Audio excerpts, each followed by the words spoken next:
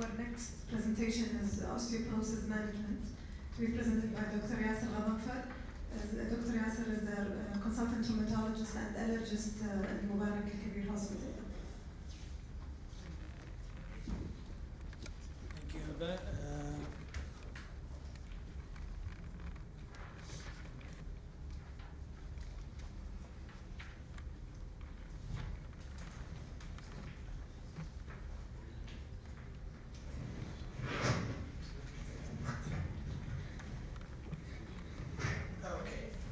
Good morning, everybody. So you had started the day by painful conditions, polyarthritis, monoarthritis, fibromyalgia, gout, but my condition doesn't cause any pain. And the reason I started like this because I'm still seeing a lot of patients, young patients, who've been referred to the rheumatology clinic doing their BMD because their major complaint was joint pain. I can't, if you need to take one home message from my talk, please do not order bone density for patients with polyarthritis. I know it may sound silly. We got stuck with these patients. They come, they may have a low bony mass, they may have a T-score of 2.6, and they go and read in the internet, and now we have to convince them that this is not osteoporosis, and we should be doing other maneuver for their pain. So, what are the challenges that we're facing? You're the first line defense in this health system. So you're going to see these patients, and if anything we can do to prevent osteoporosis, to prevent the first fracture, I think that's the most important message that we need to do. You're going to need to select these people that you think they need your intervention, they needed the BMD screening. Once you have the BMD, how to impede the BMD screening, and then to start the proper treatment. It may be as simple as taking calcium and vitamin D, not necessarily even starting the osteoporosis treatment. So the challenge to clinicians, osteoporosis is asymptomatic conditions. Even those who had fractures, they may have back pain for 2-3 days, interpreted as a muscle pain, and then 2-3 years later you're doing an x-rays for other reason, and you found that they have spine fracture. So until the first fracture, usually this disease is asymptomatic, and 2/3 of vertebral fracture are also asymptomatic and being discovered incidentally. So the challenges for all of us is to identify patients at higher risk for fractures and try to prevent the first fracture as our main objective. So this is a 2010 guidelines for who are the people that we need to do BMD. This is actually an old slide. This has been updated in 2014. So all women above 65 should have a screening BMD. I'm sure if I talk to each one of you individually, you probably had done BMD much younger than that, and there is some indication for that. But overall guidelines saying that women above 65 should have BMD. For men, it has to be 70 years old, unless you have a clinical risk factor. So if you have a first fracture after the age of 50, then that's an indication to do an early BMD. If you have a clinical risk factor, and I think the most important clinical risk factor in this country is the use of steroids for different reasons. Asthma, allergies, whatever the reason. If the patient was taking more than 7.5 milligram prednisone of more than 3 months, that's considered to be a clinical risk factor. The second most important risk factor is the fragility fracture. I tell people that if you are walking in the Avenues Mall and there was a slippery floor and you fell down and you broke your head, I don't really care what your BMDs look like. You have osteoporosis. This is by definition is osteoporosis. You're at risk of dying in the next 2 years from a further fracture, from comorbidity of a fracture, cardiovascular conditions, PE, DVT. I don't really care what your BMD. You need to be treated as an osteoporosis patient. Now, there are certain conditions that increase your risk of having osteoporosis. COPD because of risk of having steroids for each flare, rheumatoid arthritis, hyperparathyroidism with effect on the calcium, celiac disease because of the malabsorption of the calcium and vitamin D, inflammatory bowel disease. We already talked about different medication. I think steroids by far is the most important medication that causes osteoporosis. Anticonvulsants. There's a good percentage of people who may take anticonvulsants for different reasons. It could be epilepsy, could be for other neuropathic pains. These are risk factors to have osteoporosis. Proton pump inhibitor. There is a controversy about proton pump inhibitor. I think after the John Hopkins studies that was 2 months ago was published about the safety of using proton pump inhibitor We've seen a lot of consultation in the hospital, in the government sector, and the private sector about the use of proton inhibitor. Is it scary? So my message for them so far is this is one study. Yes, it's coming from a very prestigious institutions, but we can't really change practice based on the one studies. I have no doubt that it has an effect on the nutritional. We see magnesium deficiency, calcium deficiency with people who take a proton inhibitor. I would consider it one of the risk factor for osteoporosis, but definitely not as much as a steroid. Aromatase inhibitor is being used in certain patients with the malignancy. So I wanted to be more practical, what kind of patient you're going to be facing in the primary care and how to deal with these patients. This was a very common presentation. It's probably around 7 or 8 years ago. When we were in the era, people were starting hormone replacement therapy as for postmenopausal symptoms like hot flushes, and also as prevention of osteoporosis. So this is a postmenopausal woman who had recently discontinued hormone replacement therapy, but has a low bone BMD. More specifically, she's 68.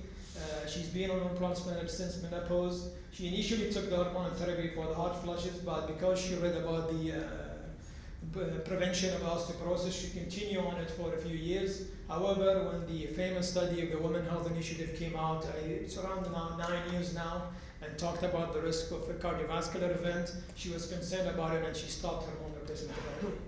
She scheduled a visit with you to discuss whether she needs additional therapy to treat or prevent osteoporosis. She continued the hormone replacement therapy initially because of the effect on the prevention of osteoporosis. Now she wants to stop it, so she wanted to know anything else you should be taking to prevent osteoporosis.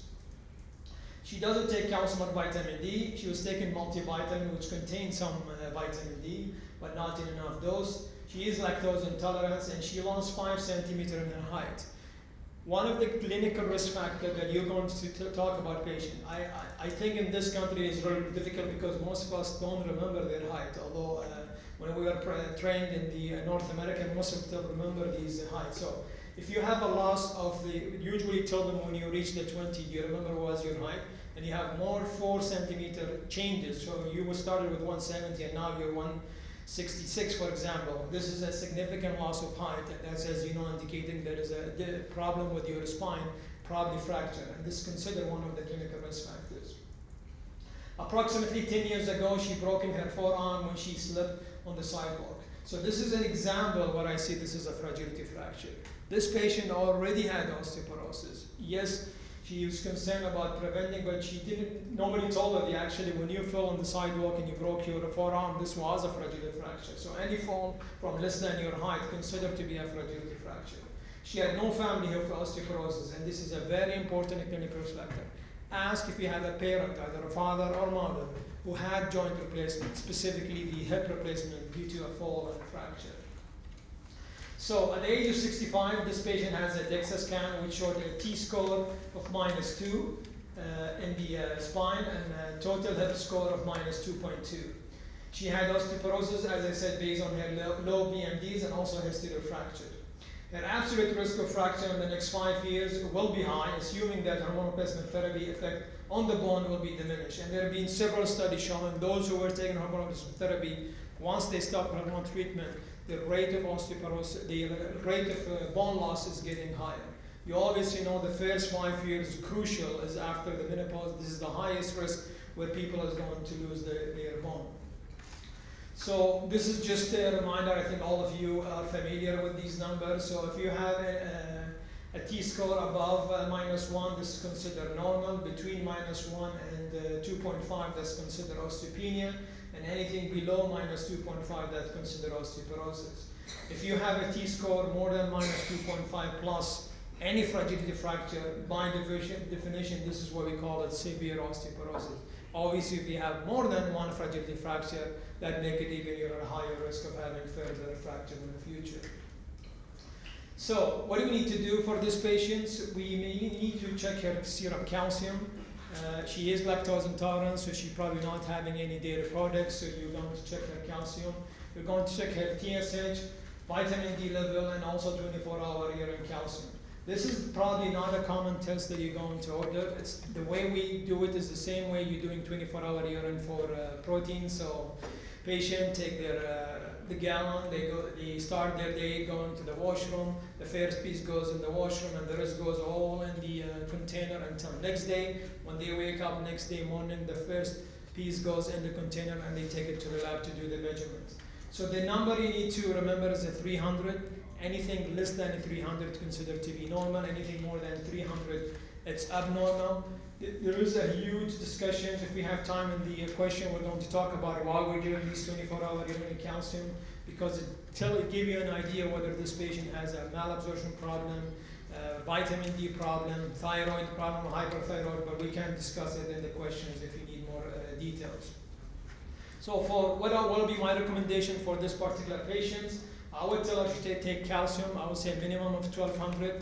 I usually make it easy for the patient. Whatever they supplement they're going to take, I'll just go, whether it's 2 tablets, 3 tablets, depending on the brand they're going to use. I would prefer calcium citrate because I think they're better absorption than the rest of the calcium, like the calcium carbonate. I don't really focus on any brand. I'll just say calcium, the generic calcium citrates. I would say this patient will need a minimum of 800 international units. I already told you this patient take a multivitamin, so some multivitamin contain between 200 and 400, so don't forget that when these people taking Centrum or other multivitamins, they may have some vitamin D on them. I would encourage this patient to do exercise, specifically weight-bearing exercise. In terms of the medication options, so what's available in this country for treatment of osteoporosis? So we have the oral bisphosphonate. We do have the weekly, unfortunately, and also we have the monthly, which is the Bonviva. I just put here the trade name because I think it's going to be easier for you to remember than the generic name. So we have the Fosamax weekly, we have the Bonviva, the monthly oral. We have the IV bisphosphonate, the Cluster, which is a dose of 5 milligrams given once a year. And it's a very simple infusion, usually given over 20 minutes. We have the RANK ligand inhibitor, the Prolia, which is a subcutaneous injection given every 6 months.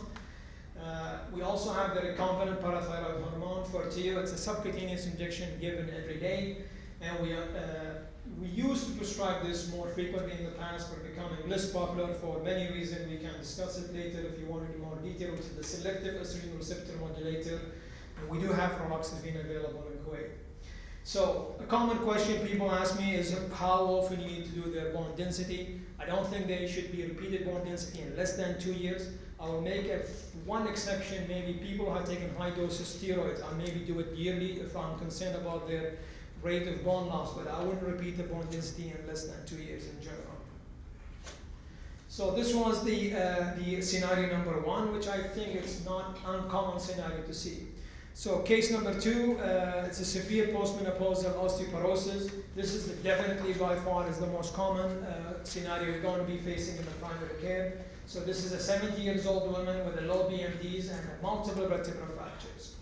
As I mentioned before, once you have a multiple vertebral fracture, by definition you're defined as a severe osteoporosis, who had been on weekly bisphosphonate, calcium and vitamin D for 2 years. Her lumbar spine T-score in January of 2015 was -3. A repeated DEXA scan today, which was more than 2 years after 2015, showing a T-score of -3.5, and in the femoral neck is -3. She had a significant mid-back pain and has a new osteoporotic fracture for thoracic spine with a significant deformity. So, not uncommon scenario to see. Patient already diagnosed with osteoporosis. She already had fractures. She had a worsening BMDs now in a follow-up test, and she also had a new fractures. She swears she was taking her bisphosphonate. You went through the technique, she taking the bisphosphonate, empty stomach, 2 glasses of water, standing up, and still the patient have developing. So what do you do with these people? I gave you the options of the treatment, the ones available in Kuwait, and you're going to decide whether you need to switch, whether you need to make the switch yourself, or if you're comfortable with that, or you're going to prefer to refer the patient to an osteoporosis clinic like the one we have in Mubarak Hospital. So this patient was offered to do a vertebroplasty because she had mid-back pain and she having a new fracture by the treating physician. This is her MRI, and if you looked at the T2 stair, so this is where she had a new fracture.